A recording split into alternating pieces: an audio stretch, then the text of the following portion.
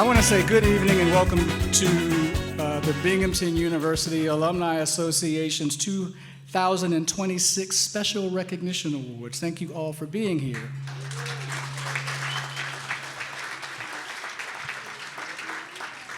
My name is Matt Winston. I'm the Executive Director of Alumni Engagement here at Binghamton, and I am honored to serve the university as its Chief Alumni Officer.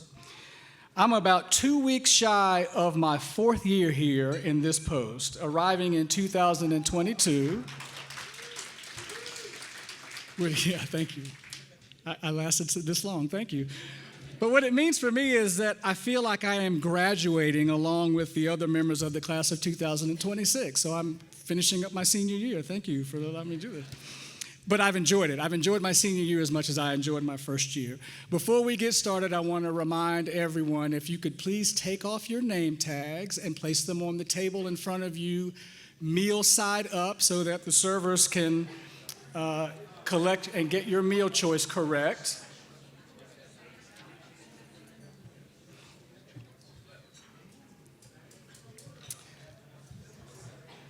All right, thank you for doing that.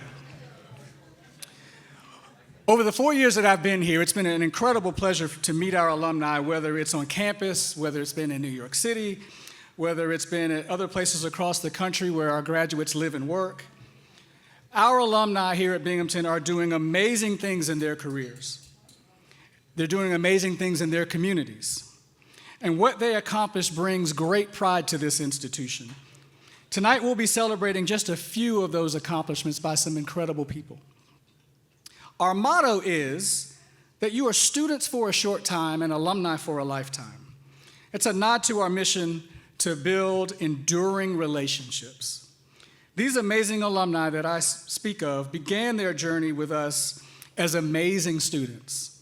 Amazing students is something which Binghamton has no short supply of. So to get us started, I want to highlight some of these young talents. So I ask you to join me in giving a warm welcome to the students who make up the a cappella ensemble Note to Self. Will the Note to Self students please join us at the front?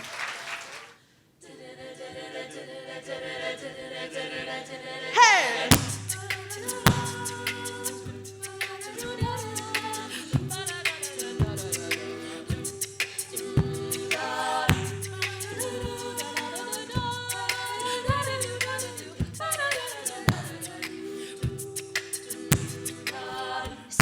Walls, dusty halls, no one calls, and all the window plants are dying.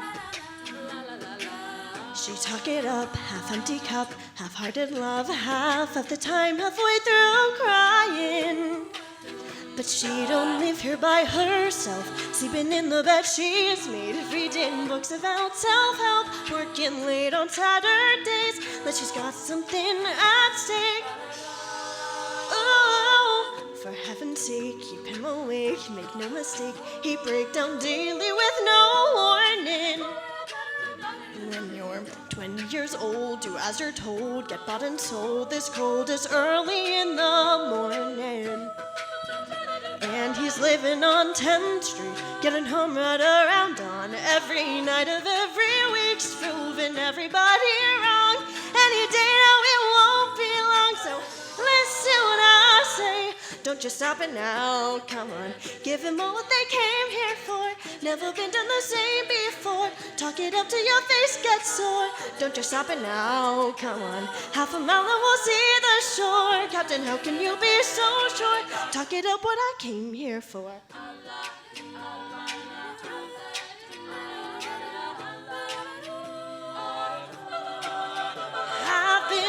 My own, my rag and bone got locked alone. I don't forget to double check it.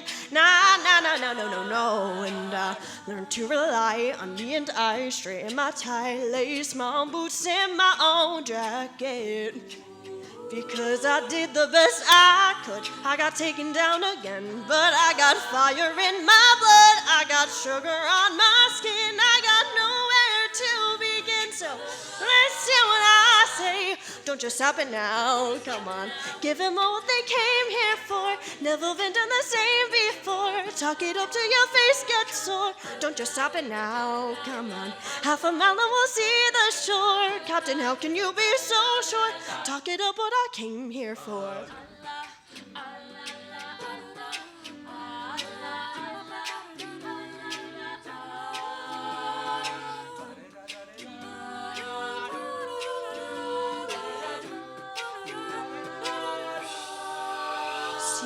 Get what you put in, so you cannot get upset if you're just dipping your foot in because you don't wanna get wet and you haven't made it big yet. Bow. Don't just stop it. Give them all they came here for. Gotta talk it up till your face gets sore. Don't just stop it now, come on. Half a mile and we'll see the shore. Captain, how can you be so sure? Talk it up when I'm doing it all for. Don't just stop it now, come on. Give them all they came here for. Never been done the same before. Talk it up till your face gets sore. Don't just stop it now, come on. Half a mile and we'll see the shore. Captain, how can you be so sure? Talk it up what I came here for. Don't just stop it now. Whoa, whoa, whoa. Never been done the same. Talk it up till your face gets sore. Don't just stop it now. Come on. Half a mile and we'll see the shore. Captain, how can you be so sure? Talk it up what I came here for. Thank you. So thank you all again for being here for this, to join us at this momentous occasion of celebrating the accomplishments of some incredible former students who've gone on to do amazing things since they've left and graduated from Binghamton University. Throughout the evening, I encourage you to read about tonight's honorees in the program booklet that's in front of you. Through their collective efforts, they have impacted thousands upon thousands of people. They educate our kids. They're influencing today's and tomorrow's healthcare. And they are constantly inventing or creating, and they give back to our university, a place that fueled their success in life. What these alumni have accomplished since graduating is awesome and it is inspiring. But quite frankly, it's not surprising. Since 1946, this institution has a strong reputation of producing leaders, individuals whose contributions to their communities and to their professions are meaningful and impactful. And while we will recognize many of the people who will come up to the stage this evening, I know that we also have a few people in the room who have won our signature awards in the past. If there's anyone who has earned one of our signature awards in the past, can I ask you to stand so that we can celebrate you?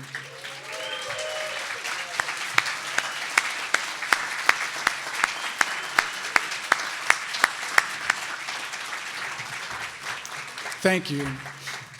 And thank you for being here to support the next class of Distinguished Award winners. This university is served by an sensational and dedicated cadre of alumni who make up our board of directors of the Alumni Association. They support and advise us in our institution's efforts to engage our communities. That board is led gleefully by Felicia Moreira, a former student athlete who serves as president of the board. It is my pleasure to turn over the microphone over to your MC, Felicia, to share a few words and to welcome everyone to this ceremony. So please join me in welcoming Felicia to the stage.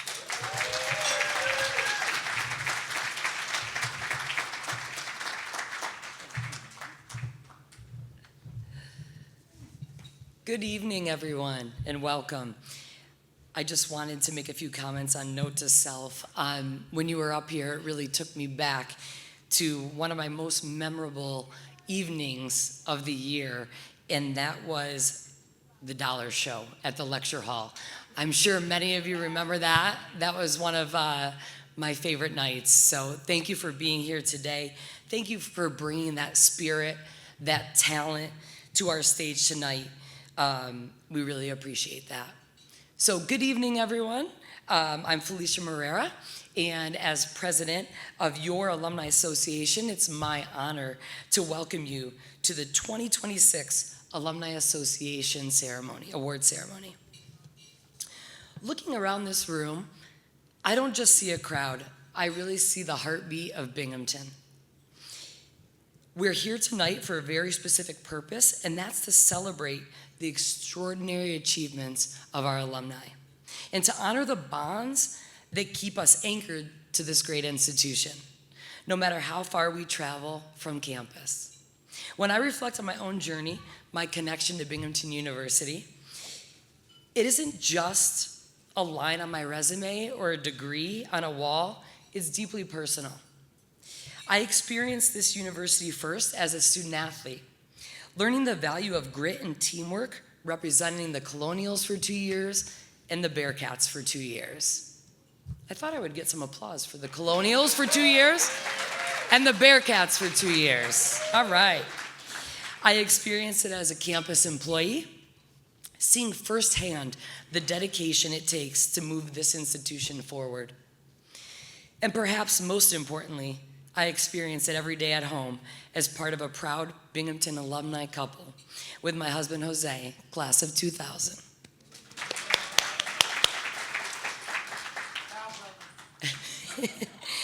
For me, and for many of you, Binghamton didn't just give us an education. It gave us our foundation, our closest friendships, and a lifelong network. That is the Binghamton bond, as President DeLeyva refers to it, that we're all celebrating tonight. Over the next few hours, you're going to hear stories of innovation, resilience, and leadership. These award recipients represent the very best of us. They are leaders in their fields and champions for their communities, providing that Binghamton education knows no borders. But tonight isn't just about the trophies on the stage. It's about the person sitting next to you. It's a forum to reconnect, to share those memories, and to be inspired by the collective power of our 160,000 strong alumni family. So as we begin the evening, I invite you to lean into that school spirit. Celebrate loudly, listen closely, and let's be reminded of why we are all so proud to be graduates of Binghamton University. It's going to be a fantastic night. And to get us officially started, it's my pleasure to introduce President Ann DeLeyva, the 8th president of Binghamton University. President DeLeyva officially joined us about 6 months ago, this past November, coming from the University of Connecticut, where she made history as the institution's first female provost.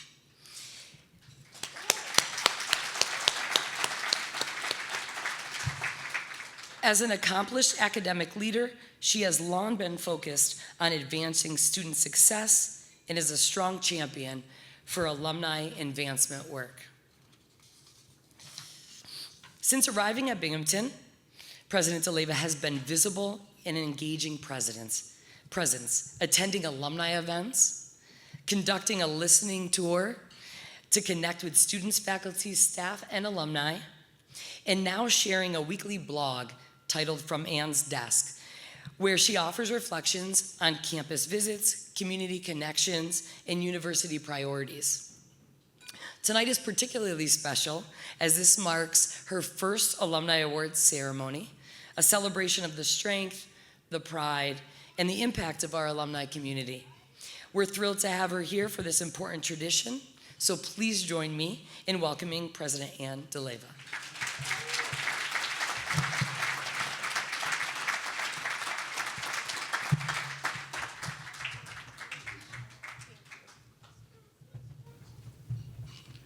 Thank you so much, Felicia. It is just wonderful to be here with all of you.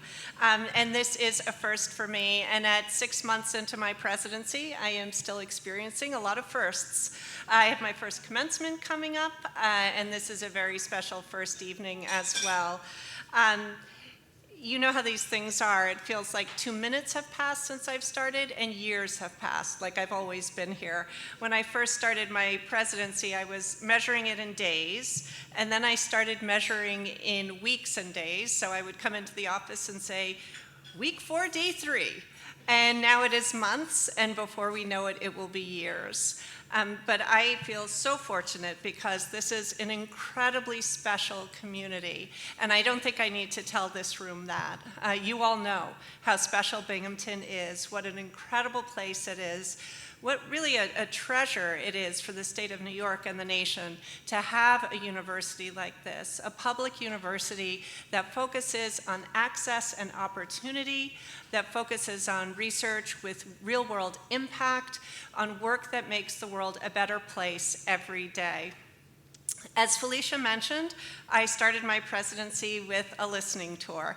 And on that listening tour, we did 38 stops in 44 days. I met over 1,000 people.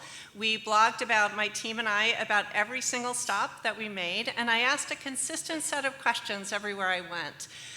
What's great about Binghamton? Right? What's great about this university?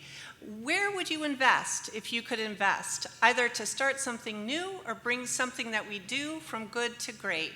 And then finally, I think what turned out to be my favorite question, which was, give me one word that describes this university. And some of you, I'm looking around the room, some of you participated in the listening tour and gave me those words. I love that when we built a word cloud that you can see on the president's website. We built a word cloud out of that exercise. And I love that the word collaborative was the largest word, right? The word used most often to describe this university. Community, a close second. Innovative, impactful, engaged. And one of the words that meant the most to me as a newcomer was home. Home. And I heard that word from everyone. From students, I had students say, I knew this would be my home as soon as I walked on campus when I first visited and had a tour. Faculty and staff saying, this is my home, I've built my life here. Industry partners, community partners who see Binghamton as such an important part of their town, their community, their county, their state. And of course, our alumni who still talk about Binghamton as home. This will always be home for all of you. You are family, and that is, as Felicia said, what I call the Binghamton bond. And so, even though tonight is a party, and a happy one at that, I will end with a call to action. Because we do need you to stay engaged, right? Binghamton will only stay great if its alumni stay engaged, right? And if you help us by helping the next generation come along. So thank you for everything that you do to stay engaged. Thank you to everyone who supports our students, who mentors our students, who supports our faculty and our research and our many programs. Thank you for everything you do to stay involved and stay engaged. Have a wonderful evening.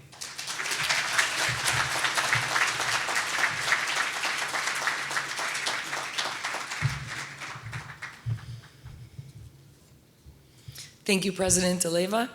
At this time, we're going to take a short break to enjoy dinner, and we'll resume our program in about 15 minutes. Thank you. BEARCATS of the last decade is for alumni who have graduated from Binghamton within the last 10 years. And on a personal note, I would be remiss if I did not give a little credit to one of the original minds behind the name BOLD, my husband, Jose. Thank you, Jose, for coming up with that. A little fact, fun fact. The Alumni Association created BOLD 10 Under 10 Awards, honoring 10 people who graduated in the last 10 years. Because we have so many recent grads quickly making their mark. One of these 10 Under 10 will receive the lowest B de Fleur Young Alumni Award.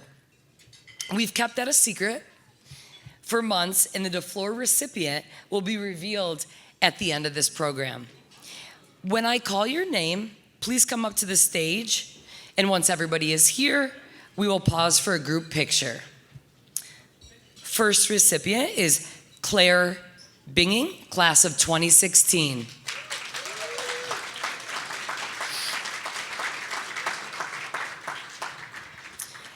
Cain, class of 2016.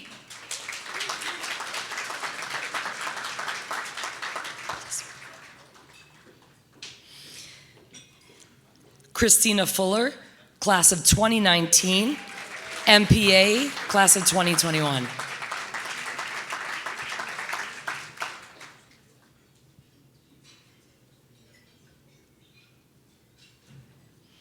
Sarah Glose, class of 2014. MPA, class of 2016.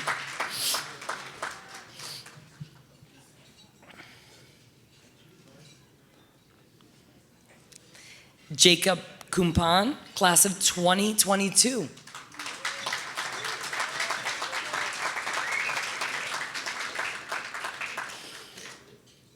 Darwin Martinez, class of 2011. MBA 2016.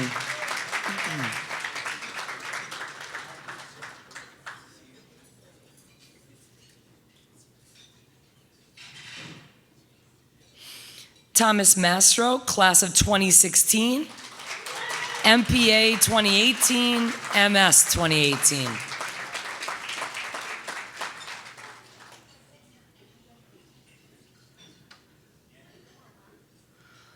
Oluwafemi Popoola, PharmD 2021.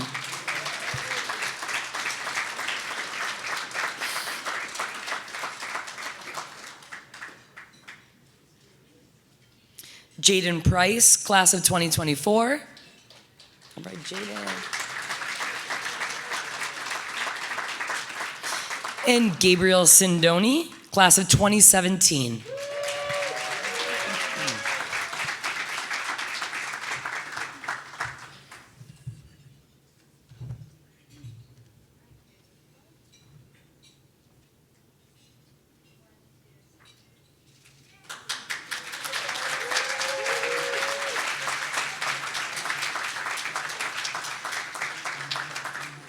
And next up is the Edward WEISBAND Award, recognizing one Binghamton graduate each year whose life, work, career, and contributions exemplify the highest standards of service and deepest dedication to the sustenance of the common good. This year, our WEISBAND Award recipient is Lea Webb, class of 2004.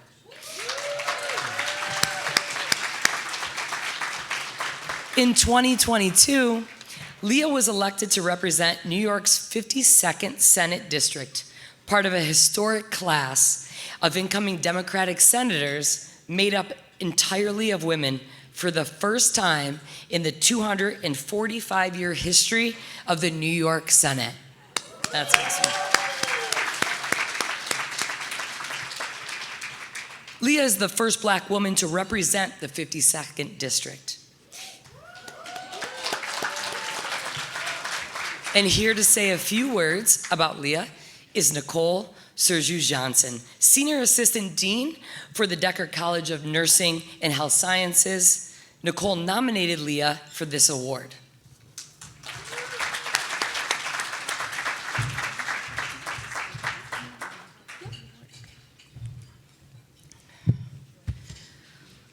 Okay, good evening to the administration, Alumni Association, colleagues and friends of Binghamton University. I'm excited to present the Edward WEISBAND Alumni Award to one of my favorite alum, our state senator, Lea Webb.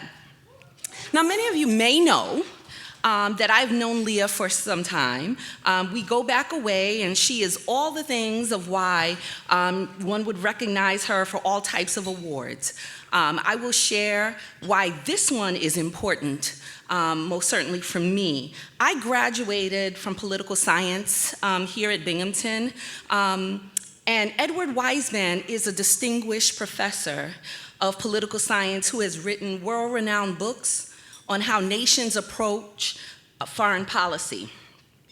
He is a mentor and researcher to my faculty. He's the one who they valued when I began to study here at Binghamton. Now, Lea is in neuroscience. Her degree was in neuroscience, but I thought about why this award would be important. Essentially, his award focuses on public service and making a substantial change in the lives of all that public policy will touch. And so my hope is that her advocacy work, particularly in the area of women's health, will outlive us all and will be evident many years from now, both in policy and in law, as I have known her to be deep in the trenches for a very long time.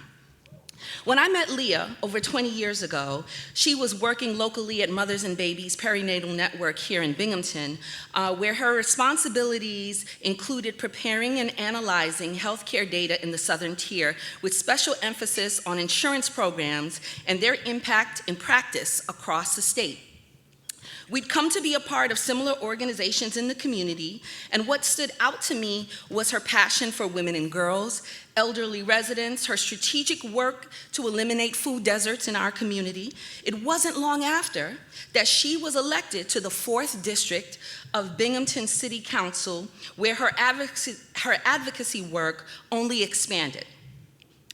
Lea was the first Black woman to serve our city, a major milestone on City Council.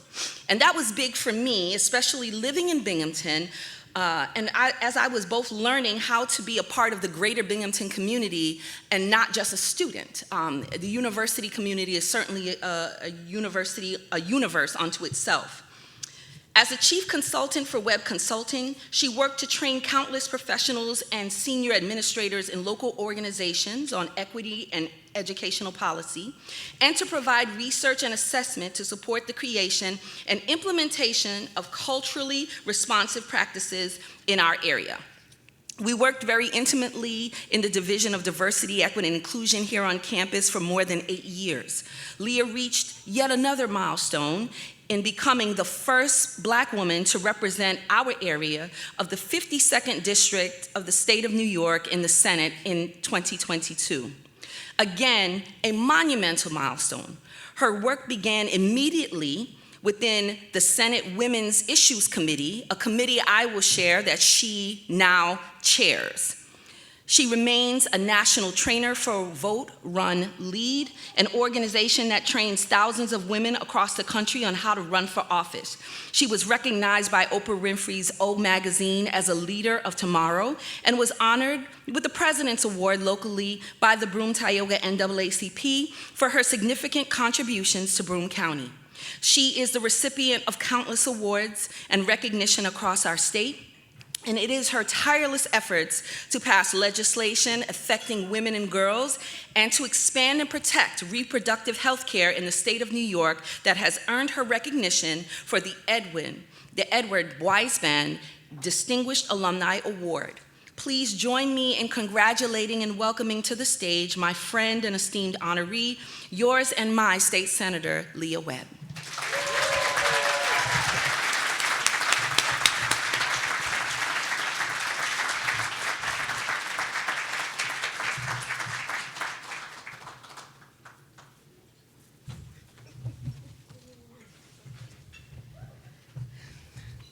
Oh, wow. What a beautiful room. Can we give my dear friend, Dr. Nicole Sergio Johnson, another round of applause? I know we only have a couple of minutes, so as they say in some circles, I will not keep you long, and I mean that. But I just want to first thank Nicole for nominating me, and to Matthew, Felicia, the entire team with the Alumni Association, thank you for continuing to create this space. And can we give them a round of applause as well? It takes a lot of work. And of course, our new president, who has definitely hit the ground running, Dr. Ann DeLeva. Can we give her a round of applause? I have had the pleasure of not only being a part of the committee that helped to select her, but she is just truly embodying the BEARCATS spirit in all of the ways, and it's truly great to partner with her and all the great work that she's doing on behalf of the university. We really have a gem with her, and so please give her another round of applause. So, in thinking about what I wanted to say, and again, I said I wasn't going to keep you long, and thinking about my experience as a student at Binghamton University, I wanted to share that for me, this award means so much because I'm thinking about my journey to even come to Binghamton University, being born and raised right here in Binghamton, it was always a goal, an aspiration to even be considered for admittance to Binghamton University as a local resident, because we knew people were coming from all over to come to then Harper College. Now, when I was here, it was not Harper College. I want to be very clear. Okay, I want to, you know, I look very young, and I still am. All right, but and we were Bearcats. I remember when it was the Colonials. I was a little kid, but I won't say how old I was. I don't want nobody to feel uncomfortable. But I share that to say my connection to the university as a lifelong resident here, but also having my parents, my father, who was very involved on campus, my mother worked at Binghamton University for a short period of time before going and working at Endicott Johnson's. Having such two groundbreaking leaders like my parents who demonstrated to me and my siblings, and I come from a large family, the importance and the significance of education, even though for themselves they never went to college. And so being a first-gen college student and navigating that, knowing that I wanted to become a doctor, I wanted to be a pediatrician, and then coming to Binghamton University and getting experience in research, I was like, well, I want to be a pediatric neurosurgeon. Now, I clearly derivated from that path, but I will say one of the many conversations that I had with, whether it was other peers of mine when I was here, also as a proud EOP student. EOP, listen, Binghamton has a rich legacy that I'm proud to be unapologetic and unwavering in my advocacy for in the state legislature. But thinking about all of those experiences, being involved on campus as a student leader, all of my experiences at Binghamton University, I really feel prepared me for the role that I now have in the state legislature. And so to be the recipient of this very prestigious award named after such distinguished professor like Professor WEISBAND, and that legacy of trying to not only uplift, but also to educate and to push us all to becoming even more stronger in our shared commitment to what connects us all, and that is our humanity. And so at times it seems that it's very lost, but being here in this room with all of you tonight and for all the honorees, as Dr. DeLiva said, you know, there's a call to action. Now, I'm an organizer at the core, and so I would be remiss if I didn't have a call to action for all of us honorees and for our families and friends that are here and those who weren't able to be here. My call to action is very simply this: may we all continue to be committed to making sure that everyone has the experiences of dignity and respect. It shouldn't matter your zip code, where you grew up, who you love, what hue you may have, but it is important that we continue to foster and build those things that connect us and unite us. That is our absolute deserved right for dignity and respect. And when we lose that, that is how we continue to experience all the atrocities that we are experiencing right now. And so may we all commit to taking the time to make our, whether it's our family, most certainly our community, a much better, a much vibrant place, not just for us, but for those that are coming after us, for those whose shoulders we stand on, for those we sit and stand next to. We are only stronger when we work together. And so thank you so much for this honor. And I also want to give a special shout out to not only my parents, my mother who transitioned now a year ago, but my father, very strong, both very union centered, but also to my family that is here, a portion of my family, and that is my sisters, Andrea and Kenya and Dawn, and my whole family. Thank you for always having my back, for always supporting me. There is no way I can do any of the things that I do without you, and so thank you all so much. Let's continue bringing pride to our esteemed institution that continues to rise in ranking and all of the prestigiousness that it well deserves. And again, congratulations to all of the honorees, and let's go Bearcats.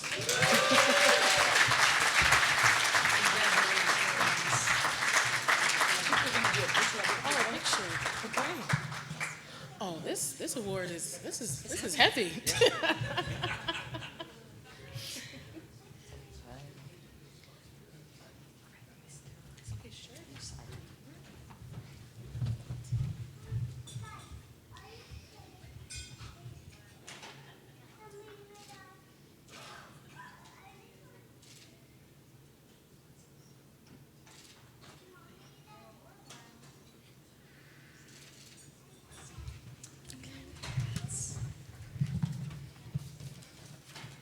Oh, that's your notes. Sorry.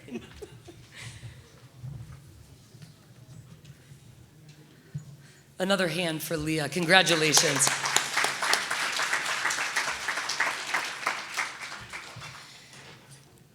Next up is our Alumni Achievement Award. This recognizes a Binghamton graduate who, over the course of a decade or more, has exemplified outstanding, significant professional achievement. This year, our recipient is Katherine Gregory, class of 1996. She has been the dean at the William F. Connell School of Nursing since 2021. She was previously the Associate Chief Nursing Officer, Women's and Newborn Health, Research and Innovation at Brigham and Women's Hospital, and Assistant Professor of Pediatrics at Harvard Medical School. Here to say a few words about Katherine is Sarah Wozniak, Associate Dean for the Decker College. Sarah nominated Katherine for this award. Good evening. So nice to be here. How many of you volunteered for the Global Days of Service? This is a great way to see everyone, so I'm really happy to be here. It is my pleasure tonight to introduce a very special alumna of Decker College, Dr. Katherine Gregory, this year's recipient of the Alumni Achievement Award.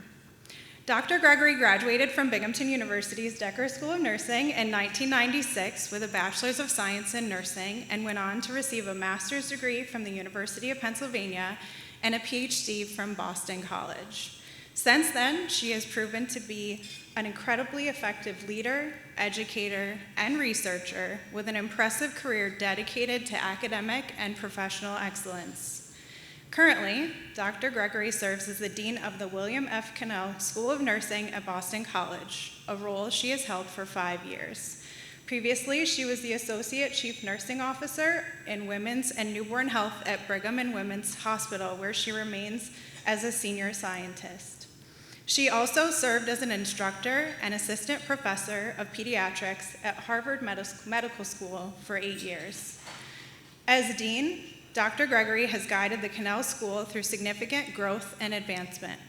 She has maintained and expanded enrollment across all programs, including graduate degrees, and elevated program quality, which is reflected in U.S. News and World Report national rankings. Their undergraduate nursing program is ranked number 13th nationally, and in New England, their master's nursing program is ranked number 1. Amazing accomplishment. She also launched innovative new programs, including a master's program in nurse midwifery. This program's implementation was created in response to the national maternal mortality crisis. She also started an undergraduate interdisciplinary major in global public health. As a researcher, Dr. Gregory has excelled. Her list of publications is truly impressive, with research spanning over 20 years in areas to better improve women and children's health. She successfully secured funding from the National Institutes of Health and National Institute of Nursing Research from 2003 through 2024. In 2009, Dr. Gregory helped establish the Haley Nurse Scientist Program, generously supported by Boston College trustee Kathleen Haley.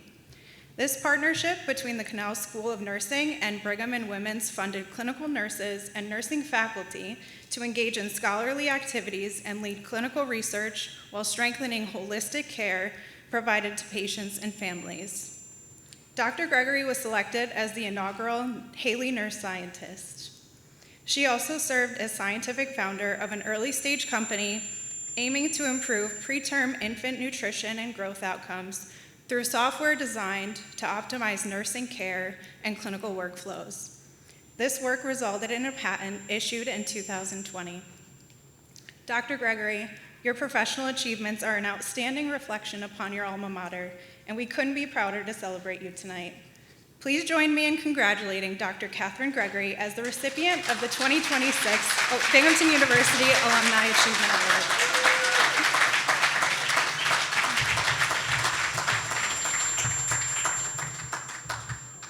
Good evening. Okay, so thank you to the administration, President DeLeyva, and the Binghamton Alumni Association, and especially to the Decker School of Nursing for this prestigious award. I'm truly honored and humbled to receive this award alongside all of the recipients this evening. SUNY Binghamton, not Binghamton University, SUNY Binghamton, and before that, Harper College, have played a pivotal role in my life from the day I was born. Long have I heard the story about my mom checking into Lourdes Hospital in active labor on the same day that my dad had an accounting exam, which he opted to take while my mom prepared to give birth. Fortunately, he finished his exam with enough time to make it back across the river to campus by 4 o'clock that afternoon when I was born. Soon after I was born, my mom needed to return to her teaching position in Endicott. And my dad, who was still a student in the School of Management, would bring me to class, and also to his veteran student organization meetings, which were held in the campus pub. And so I spent quite a bit of time in the campus pub, probably more time in the campus pub before the age of 2 than I did as an entire college student on the campus. Now, fun fact, we were just polling the crowd here to find out when did the campus pub close, and my understanding it was around 1998, so I graduated in 96. So for anybody past 1998, yes, there was a pub. It was in the basement of the Student Union. When were you in the pub? 1974, 4 or 5, and then... I hung out with you.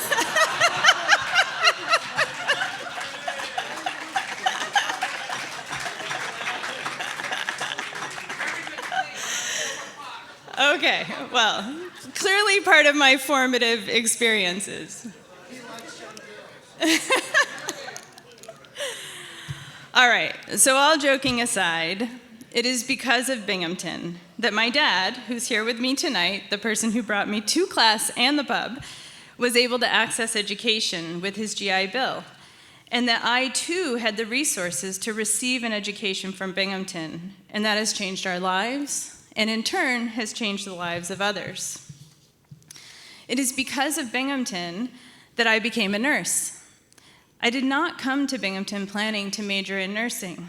I knew that I wanted to study science and work somewhere in healthcare, but it was over spring break of my freshman year that it struck me that I wanted to study nursing, and Binghamton, SUNY Binghamton, had a great nursing program. So upon returning to campus, I immediately walked about as far as you could from my dorm in Newing College all the way through all of the parking lots up the hill to the Decker School of Nursing. That was very far on campus at the time. The campus was smaller then. And I'll never forget the person named Mimi who helped me transfer into the major, and then the literal hundreds of hours that I spent in the basement of the science library and at clinical rotations at Wilson's Hospital, Binghamton General, and then at Lourdes Hospital. And I remain grateful to this day that I am a Binghamton nurse. My profession is a huge part of my identity.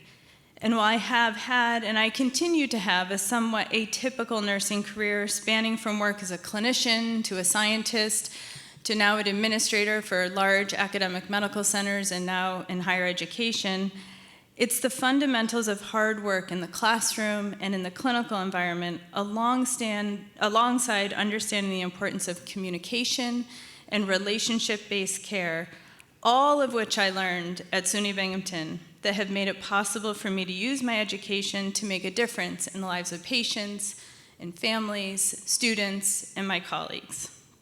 So I'm very grateful for this award. I receive it in honor of my parents, John and Eileen Clark. I'm very grateful my dad took that test and completed his degree, and that I got to hang out with you at the pub.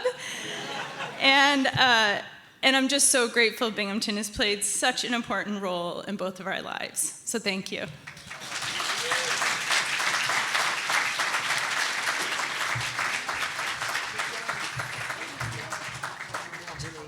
thank you.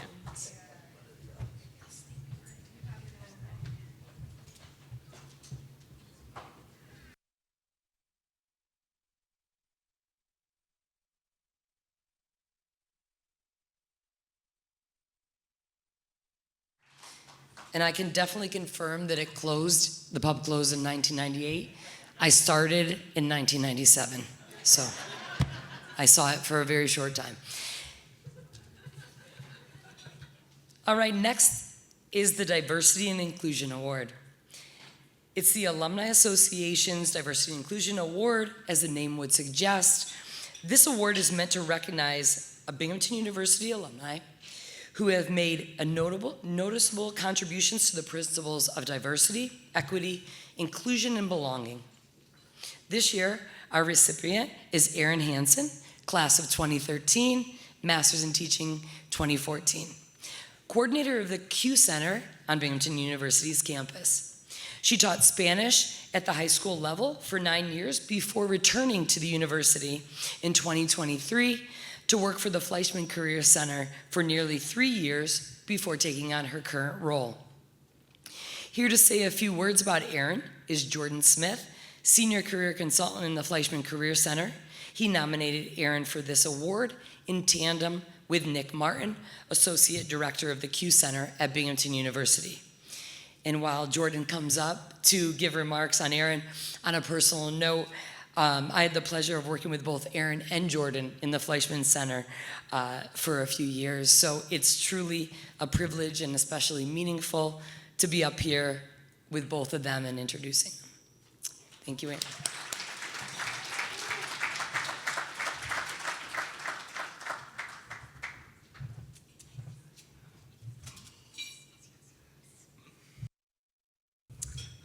All right, hello everyone. I am so excited to be here and to be able to celebrate Erin for this amazing honor. And before I give my personal remarks, I just want to give a quick shout out to all the nominators who saw and experienced Erin's incredible contributions to the principles behind this award. I'm sure I can speak for all of them when I say we found out the day that you got it. It was just a day full of joy, and we're really happy for you. So just a quick shout out to all those that contributed, and just a quick clap for Erin again.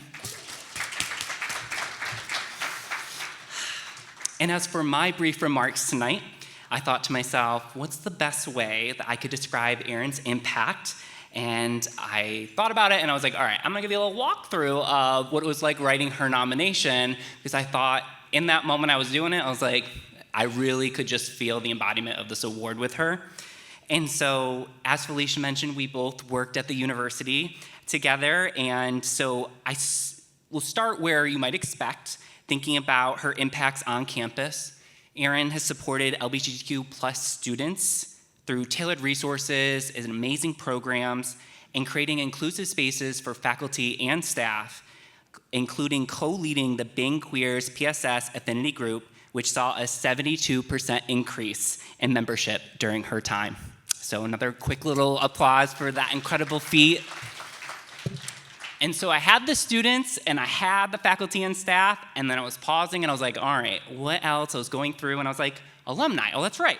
Erin, she serves on the leadership team of the Q Alumni Network. I was like, check. And then I was like, community members in this area. Through her work with Bing Gorilla Queer Bar, she helps create meaningful spaces that support local businesses and build community for the LGBTQ+ individuals in the greater Binghamton area. And then in 2025, I got to just be so excited to hear that Erin was selected for the University at Albany's LGBTQ Soulless Project Advisory Board, contributing to work around mentorship, mental health, and identity-based support. I had a bit of a humorous moment writing it because I was writing all these down and I just had this acknowledgement of course, Erin has made this amazing, huge, holistic impact. Because when I worked with Erin, there were a couple things that I just knew I could say were absolutely true about her character. One, her work ethic only knows how to aim for excellence. I like to do a little throwback comparison. I'm like, she's always the person you would have wanted in the group project, and she's the person you would have hoped for that showed up on your work shift, okay? And then two, she is the person who commits to building spaces where belonging and empowerment are not just ideas, but priorities. And tonight, I am so excited to say she is the person who is the recipient of the Diversity and Inclusion Award. Please join me in welcoming Erin Hansen to the stage.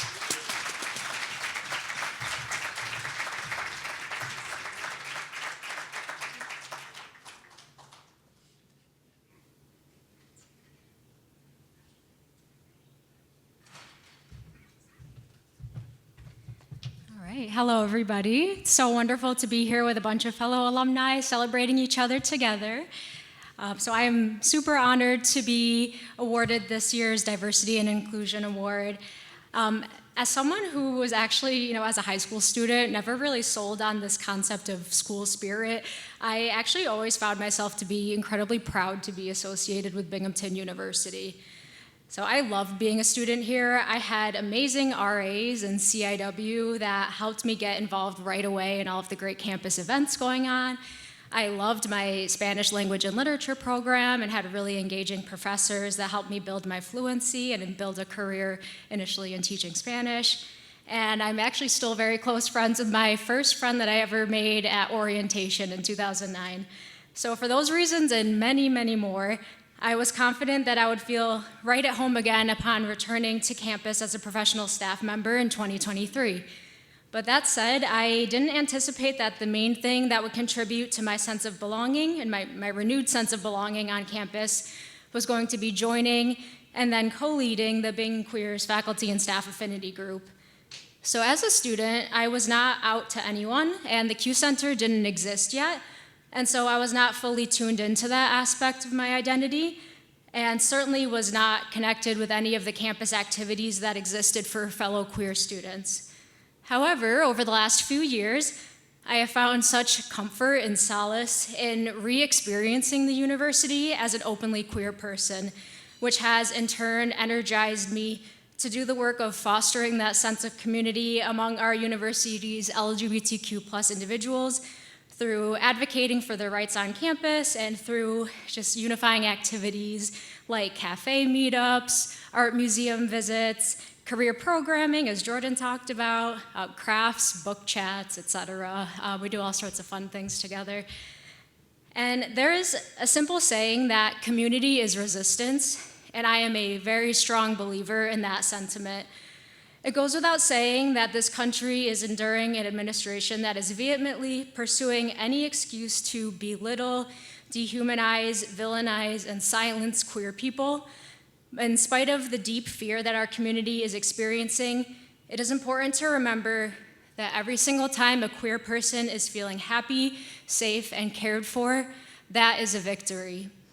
This sentiment is what has motivated me to continue to build opportunities for queer people to befriend each other, support each other, share resources with each other, be creative with each other, educate each other, and laugh with each other.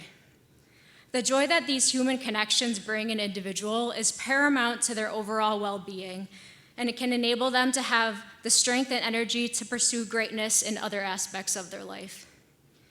As of February of this year, I began my full-time role as the coordinator of Binghamton University's Q Center, which I'm super thrilled to be in that role.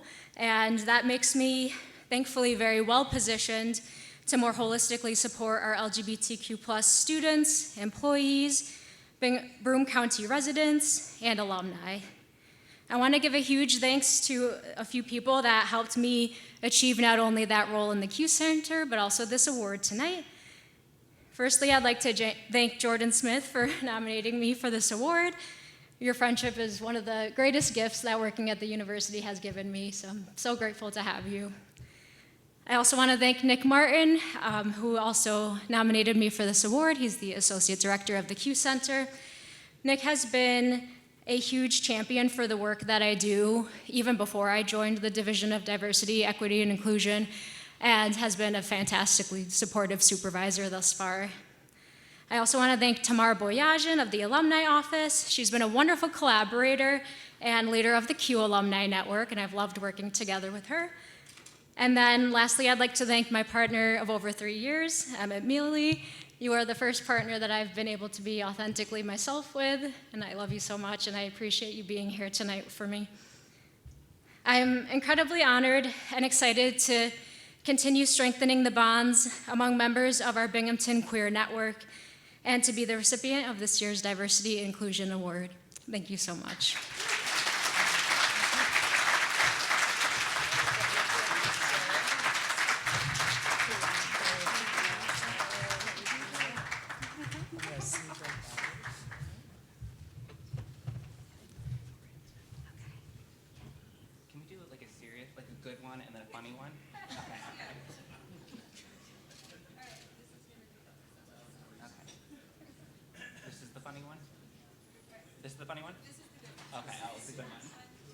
Next up is our BARTLE Award. The Glenn G. BARTLE Award is the highest honor given by the Alumni Association. This recognizes and honors graduates who have rendered outstanding voluntary service to our university community while also serving their communities, careers, and country. Our 2026 recipient is Sal Caruana, class of 1973. As a history student at Binghamton, Sal co-founded the Harper's Ferry student-run ambulance service, which began with just $125 and the purchase of a hearse from a Johnson City funeral home. Very innovative. In his career, he was founder and president of the investment management firm Foster Capital Corporation in New York City. And as you'll see in his bio, he's very passionate about serving his community of Westfield, New Jersey. Here to say a few words about Sal is David Cohen, class of 1987, my colleague on the Alumni Association board and good friend. David nominated Sal for this award.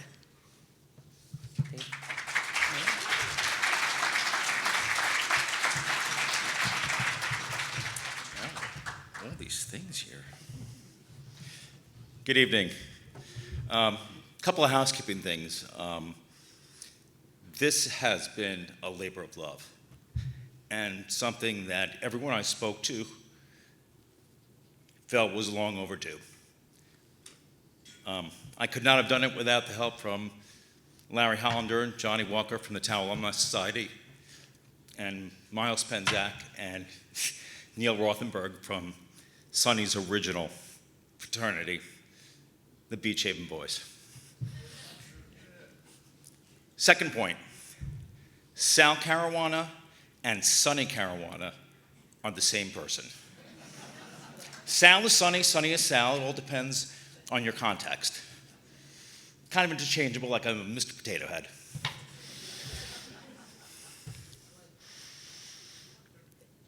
From breadth through depth to perspective. Those words adorn the rock that has been the center of campus and on the Peach Squad since Harper College moved to its permanent home on Vestal Parkway.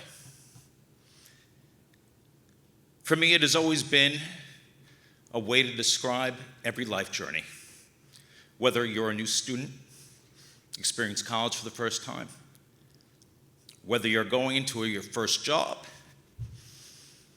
or starting your first relationship. Sonny personifies those words. He has spent a lifetime living up to the ideals that President Bartle set in place 80 years ago. From breadth. Sonny grew up in the Beach Haven neighborhood of Brooklyn. The Caruana family, Sal, his sister Kathy, and his parents lived in a one-bedroom apartment in the Trump Housing Project.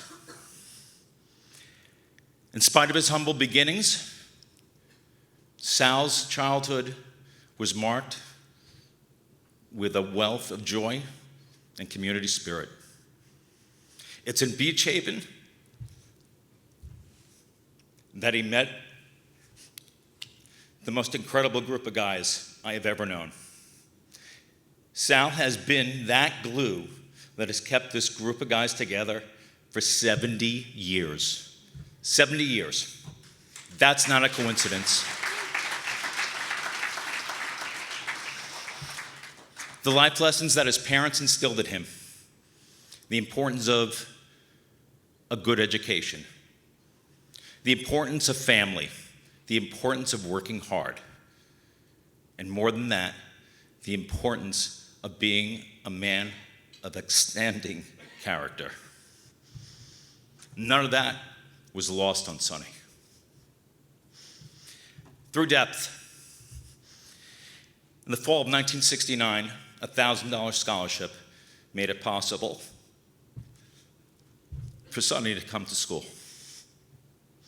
Binghamton gave him the venue that allowed him to realize that commitment to academic achievement and scholarship. The following year, Sal pledged Tau Alpha Upsilon. He pledged with his good friend John Mark Weston. That decision turned to be pivotal. It marked what would become Sonny's most enduring Binghamton legacy. In May of 1970, the Grateful Dead played a concert in the West Gym. In the aftermath, 8 students, 8 concertgoers, were found passed out on the floor. Some of them fatal. The students rushed to get them to the local hospitals. The relationship with the local community was, tense at best. Local community did not appreciate the hippie culture. Drug overdoses were becoming a problem. Adam Bernstein, who ran High Hopes, and if you're not familiar with High Hopes, it's where students went on campus. It was a safe haven for students experiencing a bad drug problem, for students that had a bad trip, for students that just went a little too far. John and Adam spoke, and they said, we need to do something about this. So, John went to administration. He proposed a student-run ambulance service. The administration thought it was a great idea, but they said, no, we don't have the money for it. So John and Adam dipped into their bar mitzvah funds. They bought for $125 a used Cadillac hearse from a local funeral home.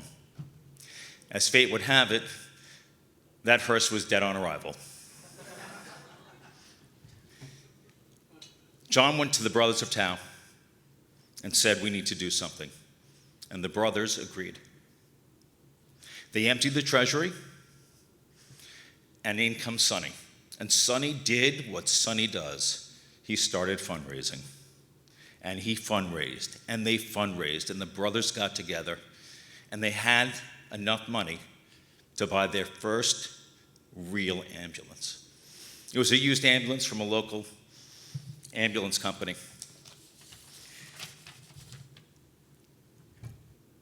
And so this service was born.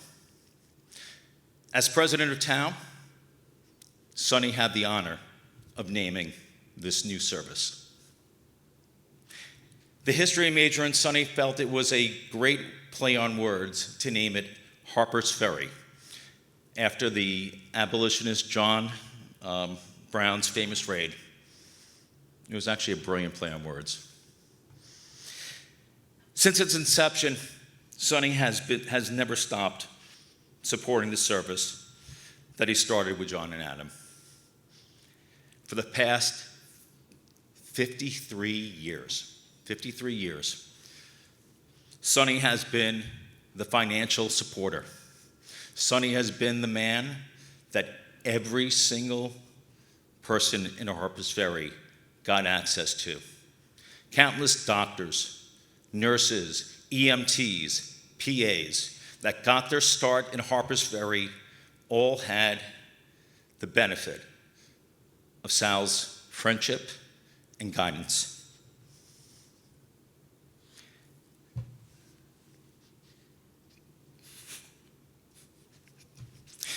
We are so grateful.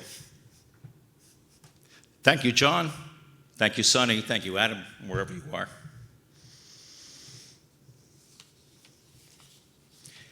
To perspective. After Sonny graduated, he started and enrolled in Cornell Law School. He soon realized that was not his calling. So he went home, got a job packing trucks in the middle of the night in Newark, New Jersey, until he got into the Merrill Lynch stockbroker training program. There, Sonny excelled like none other. Within 2 years, he was hired by Lehman Brothers as the youngest senior vice president in their history. Sonny would take so much pride in telling his Wall Street colleagues that he was a history major from Binghamton. Sonny would go out of his way to help Binghamton graduates start their careers, and he did it for countless ones. And if you find him, ask him about the story about Billy Baldwin, because it was very funny. Thank you, Sonny. What truly set Sonny apart was his fierce devotion to philanthropy. More than that, Sonny was the person that everyone gravitated to. He was the man that people came for career advice, for life advice. He was the man that would organize every gathering and every charitable event. He was a man determined to help others. It was in his DNA. It was the life lessons he learned from his parents. It was payback for the investment that Binghamton made in him. After 15 years at Lehman Brothers, Sonny started his own firm, Foster Capital, Foster Asset Management. True to Sonny's nature, he became the strategic advisor for a children's charity that shared the same workspace. I'm sure there are a number of people here tonight that got the call from Sonny that said, you need to buy a table. You need to give back. I am so proud to be associated with this truly wonderful man. But the reality is, there are people here that will forget more about Sonny than I will ever know. And I want you to hear what they had to say about him. After Adam and I graduated, our involvement with Harpers Ferry diminished considerably. It was Sal who never ceased supporting the mission that we had started together. John Mark Weston, first chief of Harpers Ferry and founder. Thank you, brother.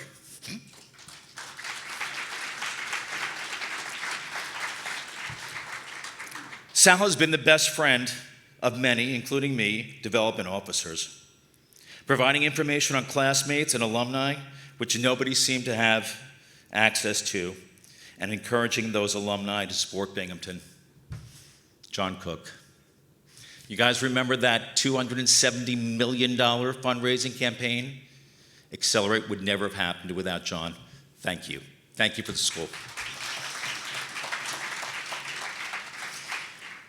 Amongst the wide-ranging groups that are intimately woven into the fabric of Sal's life, his communication skills have been foundational, indeed a gift to us all. The sociologist Deborah Tannen, a Harper alumnus and 2016 Alumni Achievement Award winner, wrote, "The biggest mistake is believing that there is one right way to listen, to talk, to have a conversation or relationship. Sal at his core with exquisite emotional intelligence, embodies these sentiments and embraces them. Dr. Miles Penzak. Miles was last year's Alumni Achievement Award winner, and he is a pioneer in neurocranial surgery. Thank you for what you do, Miles.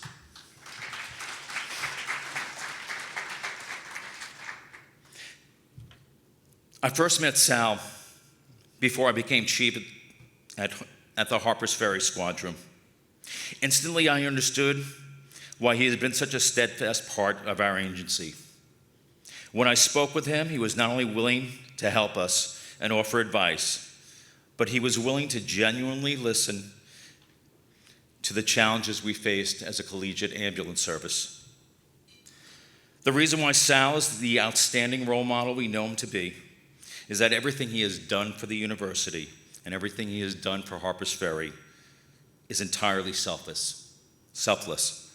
It is rare to come across a person who commits such devotion to everything they touch and seeks no personal benefit.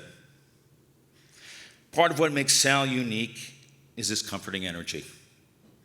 He greets everyone with a smile on his face and gives them an ear to listen.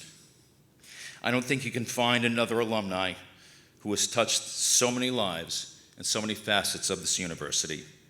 Bryn Geard, the current chief of Harper's Ferry. Where are you, Bryn? Ladies and gentlemen, Harper's Ferry.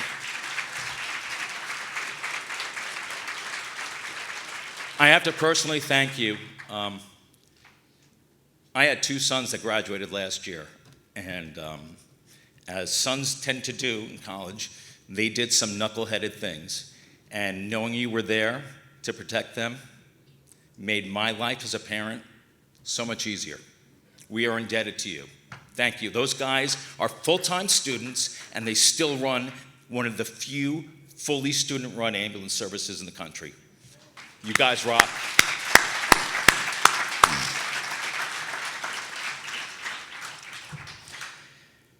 Sal was the individual everyone sought for guidance. No matter who was in need, whether it was financial, career, or charitable advice, or group organization, Sal was consistently available. Stating it was in his DNA is absolutely accurate. Johnny Walker. So, here's a story.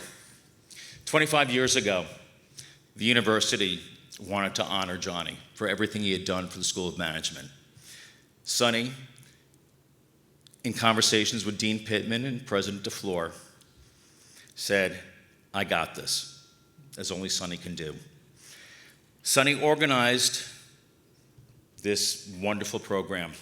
Every single Tower brother knew it was a huge event. They were dedicating the School of Management lobby to one of our own. Everyone knew. Johnny was told, no big deal. They'll take a couple of pictures, they'll give you a plaque, no big deal. So the morning of the dedication, as Johnny is walking, and I use that term very loosely, up to the School of Management, up pulls a stretch limousine. At the time, Johnny's father was gravely ill. Sonny, being the amazing friend that he is, wanted Johnny's parents to be there. So he sent a limousine from Long Island with his mother, his father, his sister, and his nieces, so they could be there to share in this. Everyone in life deserves a friend like Sonny. If you are lucky enough to have one, please call them, text them, tell them you love them, tell them you appreciate them. I can tell you, since Sonny got the call from Felicia on February 4th, he's been ecstatic. People like Sonny don't look for thanks, but I can tell you, they appreciate it. So find that friend. By all means, do it during Sonny's speech, because I'm sure it will be boring and long-winded and self-indulgent. but he is that special. In Sal's 2015 Harper commencement address, he discussed a project that has been going on at the Harvard Business School since 2002. It's called the Portrait Project. This final assignment for every graduate was straightforward. Read the poem, The Summer's Day, by Mary Oliver. It's a poem that discusses about how precious life is, how fleeting a summer day can be. They were posed with one answer. Answer the question at the end of the poem. What do you plan to do with your one wild and precious life? I have to think in 1973, if they asked Sonny that question, his answer would be, I plan to work hard. I plan to be successful. I plan to honor my family and honor my school by touching as many lives as possible and making a difference in them. President Bartle and Sal's parents, Carmelo and Petrina, would be so immensely proud of the lifetime of dedication and service that Sal has done with his one wild and precious life. It is my extraordinary honor to introduce the 2026 Glenn G. Bartle Alumni Achievement Award winner, my brother, Sal Caruana.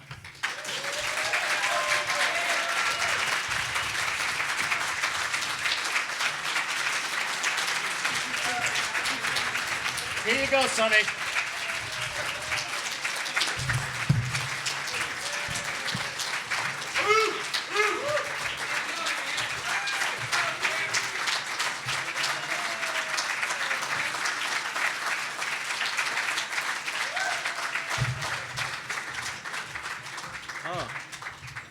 Oh man, I don't know what I could say after that. So I think I'm not standing on this. So you heard enough about me. I think tonight I'm going to spend a couple of minutes talking about all of you. I have so many friends here tonight and so many people I respect. So let's start by first saying, David, I want to thank you for your very kind words. I want to thank you to everyone who contributed to this nomination. I'm very grateful to the Alumni Board for being chosen as this year's recipient of the BARTLE Award. I'm deeply humbled as well, because to be recognized by one's own community is a profound honor. Congratulations to all of tonight's award winners. I heard some amazing life stories, and I am going to come away from this truly inspired.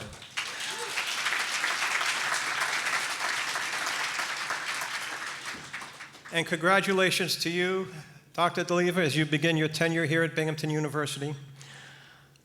We are all eager to share in your vision for our next chapter of excellence and innovation.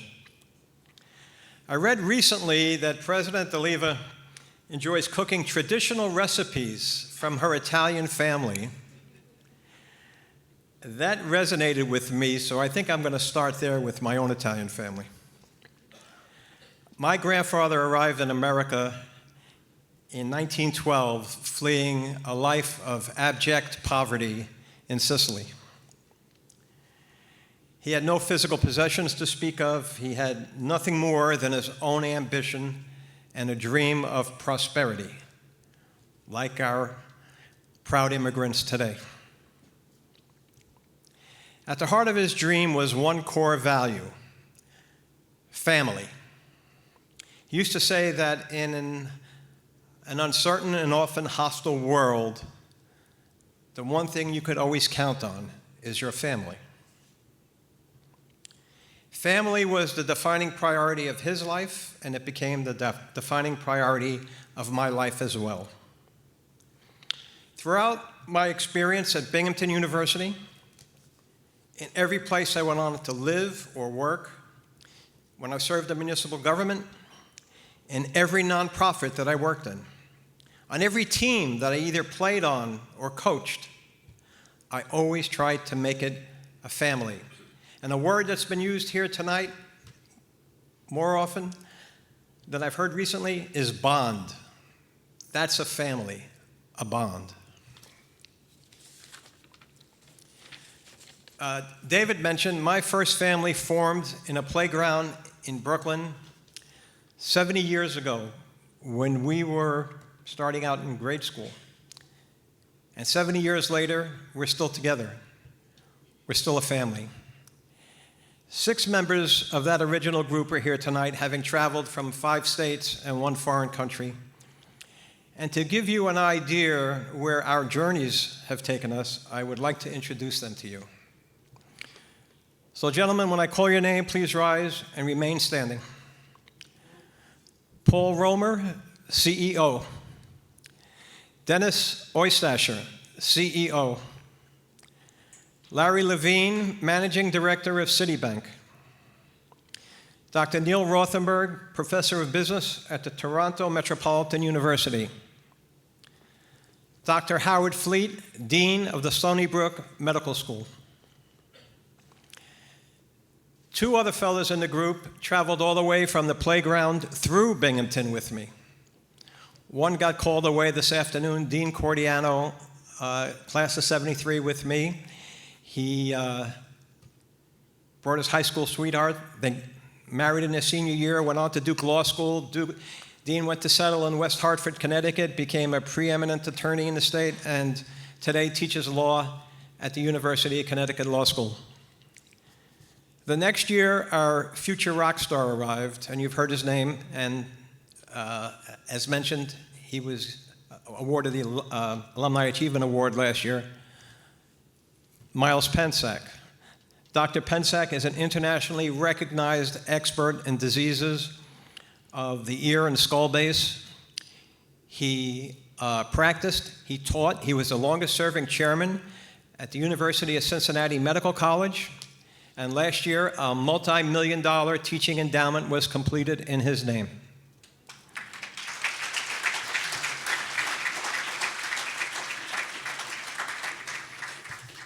Thank you guys for being here tonight, because I am not me without you. And I want to make a correction. I said 5 states and 1 foreign country. I should have said 6 states, because I forgot that Canada is soon going to be a state. Yeah, you never know who listens to these things. When I arrived in Binghamton in 1969, the door was open for me to build another lifetime family through the bonds of brotherhood that united the members of the Tau Alpha Upsilon fraternity, and you've heard them mentioned tonight. Will Larry Hollander, class of 78, and Jerry Epstein, class of 89, please rise. Our fraternity has always believed in giving back to the university. Not long ago, these 2 gentlemen led the Tau alumni fundraising effort to raise $750,000 to complete various projects at the event center and to fund 2 endowed scholarships as well. Would my Tau brothers in the room please rise with them?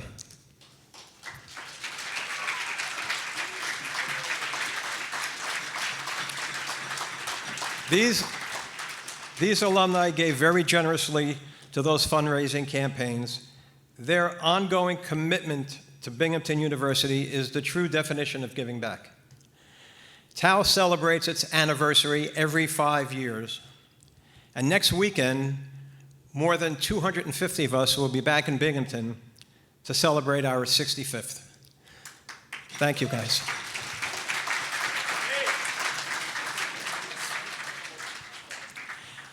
You've heard a little bit about it up to now. Next came my Harper's Ferry family, which is another story that David has told extremely well. As he explained, 1972, the hippie era was peaking, so were LSD overdoses, occasionally fatal. Adam Bernstein, who ran High Hopes, was getting exasperated by the number of emergency calls that were coming in, and there were no transportation. There was no transportation for this situation. He turned to his friend John Mark Weston for help, and John jumped in. John, would you please stand?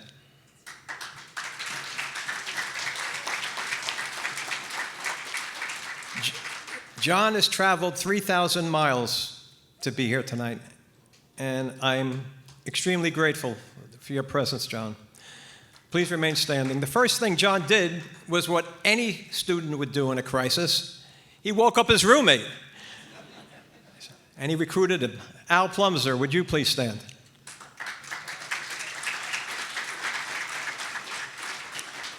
And as you heard, they were Tao brothers.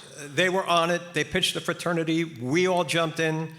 And after we purchased the first fire department ambulance for $1,200, we had no money left for training. We had 50 volunteers signed up. We had just gotten a vehicle, and we had no money. Now what? So we came up with a plan to raise enough money to send one person for training, and then bring him back and have him train everyone else that was waiting. So how do you like that for a certification process, right? Who are we going to send? Paul Burns, please stand. We sent Paul because at the time, he was the only guy in the frat with a GPA above a 3.0. No, we sent Paul because we thought he knew something. He was a summer lifeguard, and he was a legendary note taker. So we put all our money on Paul. David said that the administrative was supportive. Well, they sounded supportive because they had the hard no and we don't have any money. But the truth is they were terrified. The idea of a fraternity behind the wheel of an ambulance sounded like the movie Ghostbusters on steroids. And rightfully so, they were also worried about their own medical liability for this new idea. And my friend Dr. Fleet from Stony Brook, in case anyone's interested, we were the second or third agency in the country in 1973. Stony Brook had us beat by a year. And I think John might have being a Long Islander, he might have copied a little bit of their playbook. So the administration was worried also about our motives. Like, what is this? Well, I'll tell you, I wanted to run the siren and meet girls. I can't be sure about everyone else's motives, but what happened then is quite a story. And it's 53 years later, and I think I could finally reveal their motives. Dr. John Mark Weston, Dr. Alan Plumser, and Dr. Paul Burns. Between them, they have 150 years of medical experience in ophthalmology, gastroenterology, and anesthesiology. They take MasterCard, Walmart, and pet insurance. No, seriously, their motives in 1973 became their life's work, which was saving lives. I've heard so much said tonight about the Decker School of Nursing. I'd like to call on Diane Goddard to please rise. Diane is also known as Mrs. Plumser. She has her own special legacy at Binghamton University. When Diane arrived on campus in September 1969, she and 16 other freshman women opened the Decker School of Nursing.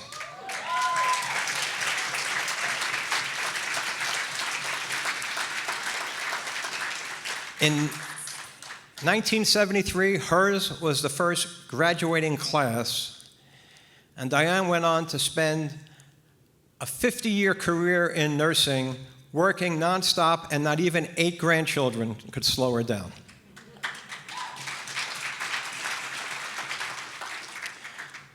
Will all the doctors and the nurses in the room please rise and be recognized?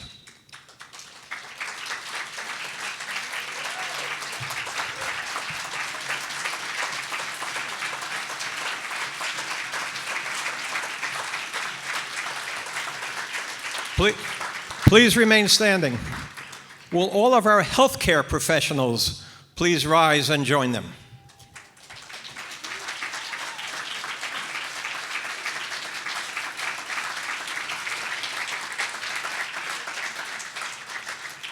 Will all of our current nursing, pre-med, and health science students please stand with them?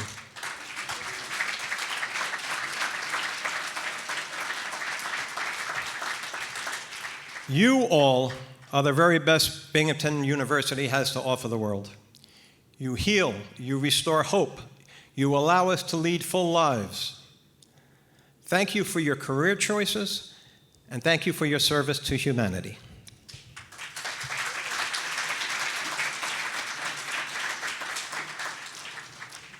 Harpers Ferry has won countless national collegiate awards for excellence and, as we said, one of the oldest EMT agencies in the country. Dr. Weston was our first chief, and I want to reintroduce our 53rd chief, Bryn Gerd. So,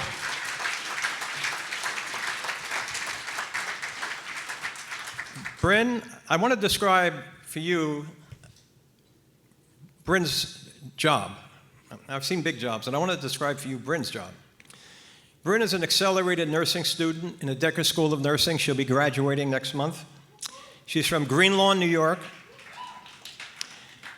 Bryn has operational responsibility for 10 elected officers, 70 student volunteers, 15 community members and medics, and a fleet of 6 vehicles. Last year, Harpers Ferry answered 1,200 calls for emergency assistance on campus and in the community. Bryn, thank you for a job well done.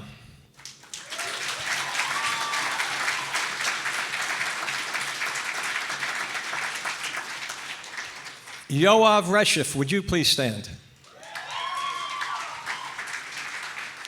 Yoav is a junior from Cresskill, New Jersey, pursuing a dual major in biology and business administration. Last month, he was elected our 54th chief, and he will assume his duties from Bryn on graduation day. Good luck to you, Yoav.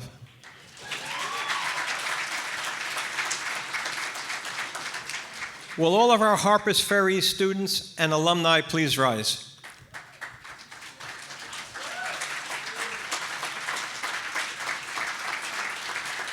Please remain standing. Will any first responders who are here tonight please rise and join them?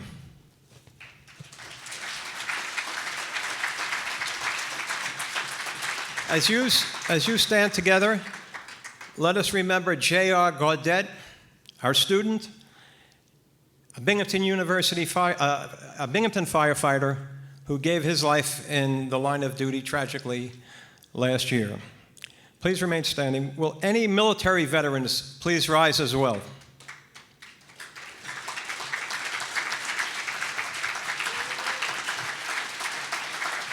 Mr. Clark. So at this point, let us remember President Glenn Bartle, our first president, for whom this award is named. President Bartle enlisted in World War I, and he did not get to see any action in combat. In 1942, at the age of 43, with a wife and 2 children, he left academia and enlisted in the Navy again to serve his country as a lieutenant in World War II. My friends, if there is ever a book written about the heroes of Binghamton University, we are looking on at you all as our finest chapter. Thank you for your service.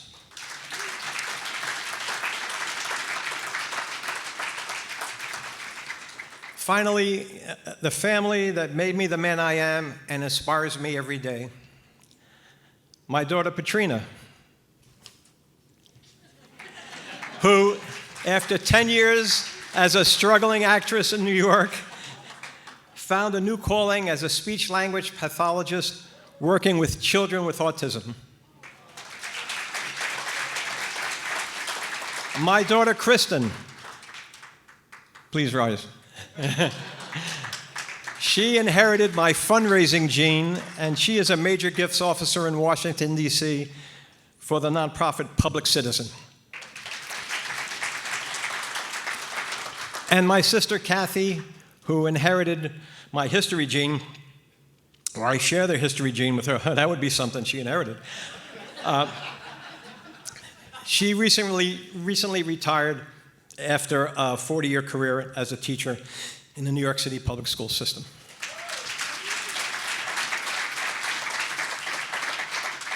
So now I'd like to tell you about my beautiful wife, Darlene. When you can see, when we moved to Westfield 35 years ago, we said this is about family. Darlene invited the entire town to become part of our family. Darlene loves and decorates for every holiday, but Halloween was her masterpiece. For decades, she would spend weeks decorating our home inside and out, and then throw open the doors on Halloween to all of the school children of Westfield. Her passion spread to our neighbors, and as media coverage of her creation grew, our home, our block, our town became a regional Halloween destination. In our final year, we gave out 3,000 pieces of candy at our home. We couldn't have done that successfully and built this family for 30 years without the helping hands of a dozen witches and vampires. Our very best friends in Westfield who jumped in too, and a bunch of them have traveled from Florida to be here tonight. So I'd like you all to please stand as well.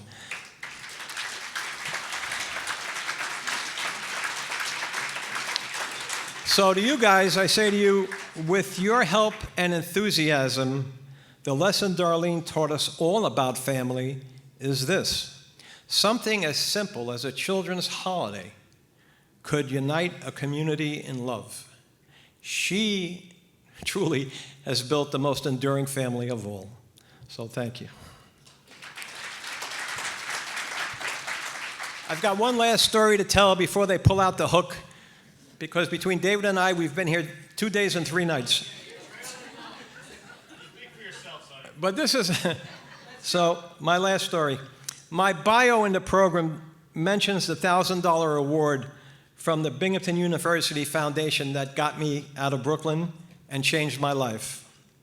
To put it in perspective, in 1969, the cost of a Binghamton University education was $1,400 for the year. So $1,000 was a huge piece. And the foundation repeated that award in each of the next 3 years. As my time at Binghamton progressed, I often thought about that $1,000 and how a random act of kindness by one or more strangers had made this incredible education experience possible. Back then, I made a promise to myself to someday be that random stranger in another young person's life. In 1977, I made my first contribution to the Binghamton University Foundation. That was $25, and I've given almost every year since. In 2005, I funded a scholarship, a need-based scholarship in the history department, an annual scholarship. And every year thereafter, I would receive a thank you letter from the latest recipient. And many of those students wrote about their own financial struggles. I have to tell you, in quiet moments with those letters, I found myself living my dream of being the random stranger. 11 years ago, in 2015, I received a letter from a scholarship recipient who spoke of coming from a single-parent home and how meaningful my assistance had been. She asked whether we could meet on my next visit to campus to talk about the different paths she was considering after graduation. And we did meet at a place she suggested where I had never been, a place called the Park Diner. Yeah, that was spooky at my Halloween house. So she graduated in 2015. She traveled to Europe and kept in touch over email as one exciting career opportunity after another came her way. Our last exchange was 8 years ago in 2018. But in the back of my mind, I always knew she was out there somewhere pursuing her dreams and succeeding, and that someday I would read about her. 2 months ago, I finally did read about her again on the Alumni Awards website. You met her earlier. Her name is Cain. And Allie, I am so proud of you and what all the 10 under 10 award winners tonight have accomplished in such a short period of time. I think Allie would agree that we now have a special connection. I had a random stranger, and she had one too. And together they made a difference for both of us. So I'm going to close by asking all of you tonight to join me and become that random stranger. Support the Binghamton University Foundation and help another student in need. Thank you.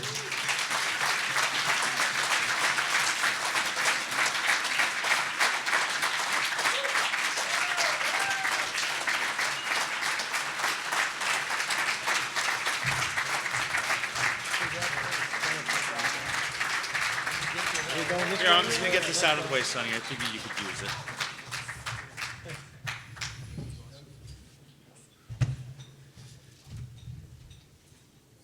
Don't make me look short, Felicia. Okay. Too late.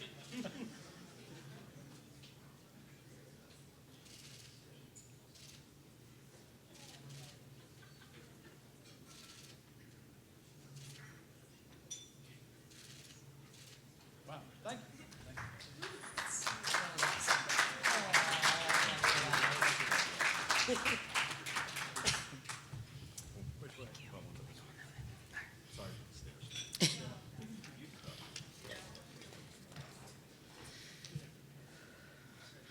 That was beautiful, but thank goodness I decided to take a seat. I could never stand on these heels for 45 minutes beside this stage. Another round of applause for Sal, Sonny.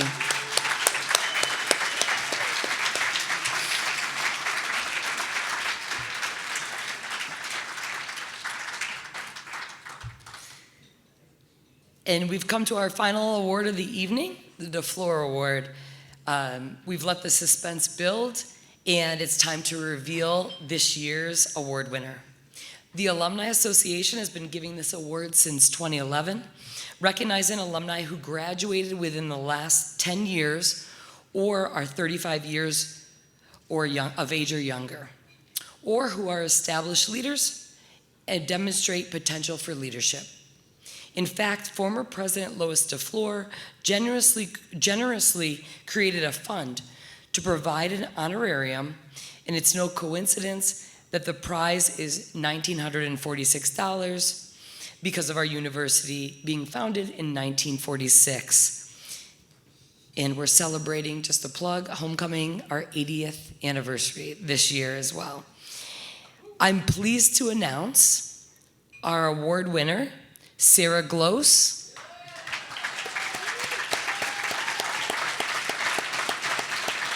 She's the 2026 DeFleur Award recipient. She is the Director of Economic Development for the City of Binghamton, where she leads efforts to grow the local economy, support small business, and ensure Binghamton is a community where all can thrive. Sarah?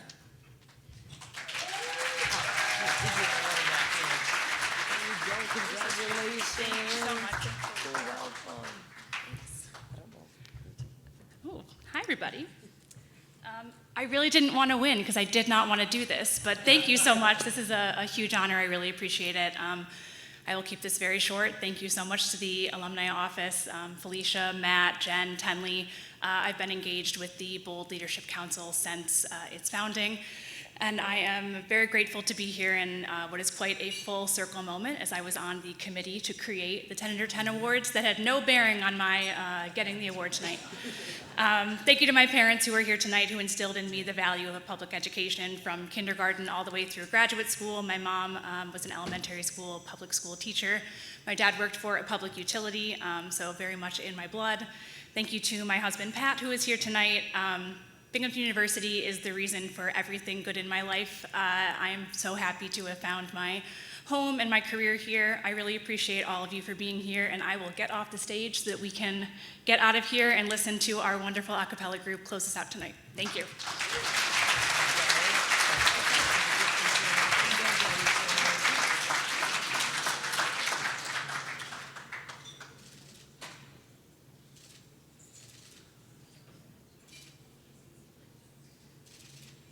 And let's hear it one last time for our incredible 2026 honorees. Listening to all the stories tonight has really been moving, but I think more than that, it's been a reminder. You all represent the very best of what it means to be a Binghamton University graduate. Your success is our pride, and your continued connection is what makes the Alumni Association truly a family. As we conclude, I want to leave you with one thought. When we walked across the stage at graduation, we didn't just finish a degree, we started a lifelong membership. Whether you were a student athlete like myself, a staff member, or also part of a Binghamton couple, the university is woven into the fabric of who we are. No matter how far your journey takes you, remember that you always have a home here and a community that is cheering for your next win. It has been an absolute honor serving as your MC tonight, and to lead us into our final celebration of the evening, I'll pass the microphone to Matthew, who will introduce Note to Self for one last song. Thank you again for the memories made here tonight, and thank you for coming home to celebrate with us.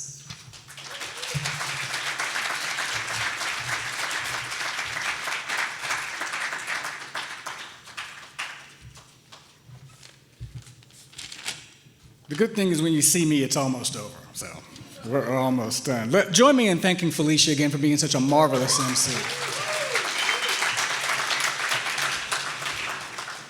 Very quickly, before we get out of here, there are a couple of people I want to thank publicly. First and foremost, I want to thank my incredible alumni board for all of their support, for everything that we do to support the alums here.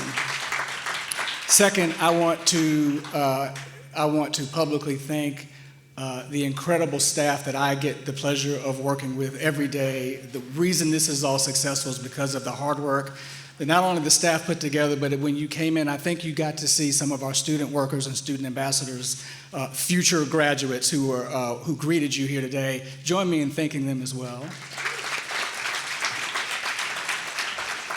And finally, we certainly owe a debt of gratitude to the fabulous workers here at the Holiday Inn, the wait staff, the food. Thank you so much for allowing us to host them. So our night is soon to come to an end. I hope you've enjoyed the evening's festivities. I hope you've been as inspired by the stories that you've heard and impressed by the caliber of just some of the graduates, some of the people who we're blessed to say are graduates of Binghamton University. We always want to close with reflection and tradition.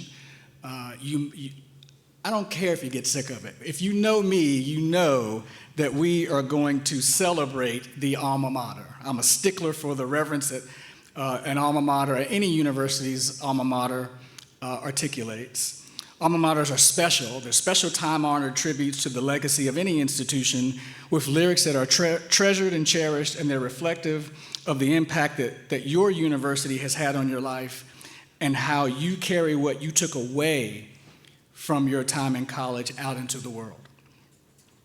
The words of the Binghamton University alma mater hopefully have special meaning in whole or in part to each and every individual in this room, to everyone who has said that they were students for a short time and alumni for a lifetime. Summarized, these lyrics for the Binghamton alma mater state that Binghamton University is a special place. It's special because of where it is. It's special because of those who found community here. And it contributed to the successes of its students. And as alumni, your commitment back to her elevates the university's stature. At this time, I invite our talented students from Note to Self to return to the front to lead us in their rendition of the university's alma mater. I ask you all to please stand as you are able.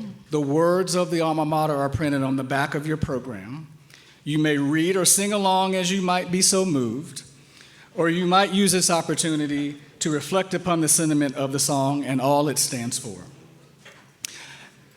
After the students perform the alma mater, our program will conclude. However, what I would ask is that immediately after the students move out of the way, if each of the award recipients would briefly come to the front so that we can take a group picture, and I ask our president, DeLeva, if she would join that picture, please. So, I hope you've enjoyed the time. I hope you've enjoyed the spirit, and I hope that you will enjoy this rendition from Note to Self of your alma mater.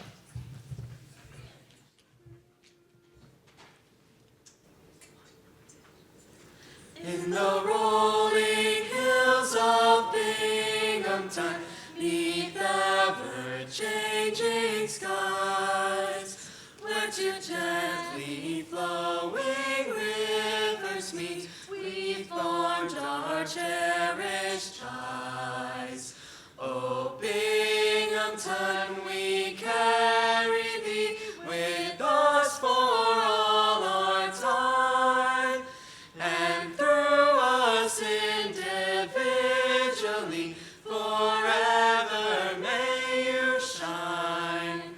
Together we spend these years, united in our aim, through our bold pursuit of excellence, we proudly bear your name. O Binghamton, we carry thee with us for all our time, and through us individually for